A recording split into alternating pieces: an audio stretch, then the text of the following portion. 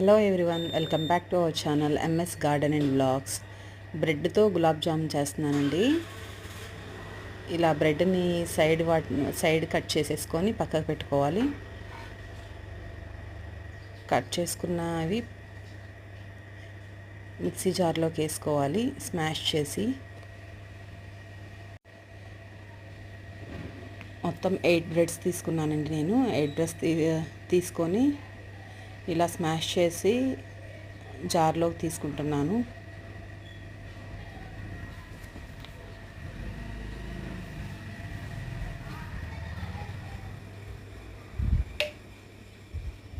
జార్లో తీసుకున్న దాన్ని కొంచెం మిల్క్ వేసి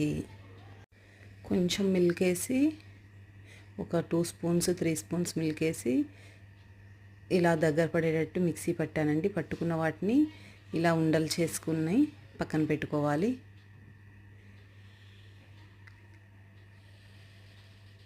ఈ విధంగా ఉండలు చేసుకొని పక్కన పెట్టుకున్నానండి.